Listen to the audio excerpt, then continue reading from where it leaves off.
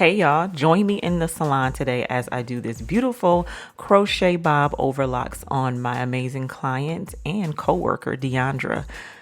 We decided to use Braid Twin Deep hair. I use 4 packs. I used 2 30, 127, and 1 blonde. We initially wanted to do a longer crochet. She had an event, but we decided that neither one of us liked how it looked long, so I ended up cutting it in the bob, and this is why we chose to go with longer hair. If you decide to do this style, I do suggest using shorter hair so that you are not cutting all your money off. All right. Again, this is not a tutorial. This is just a video for you guys to watch, enjoy the music, and watch her get her hair slayed. I love you guys. Enjoy.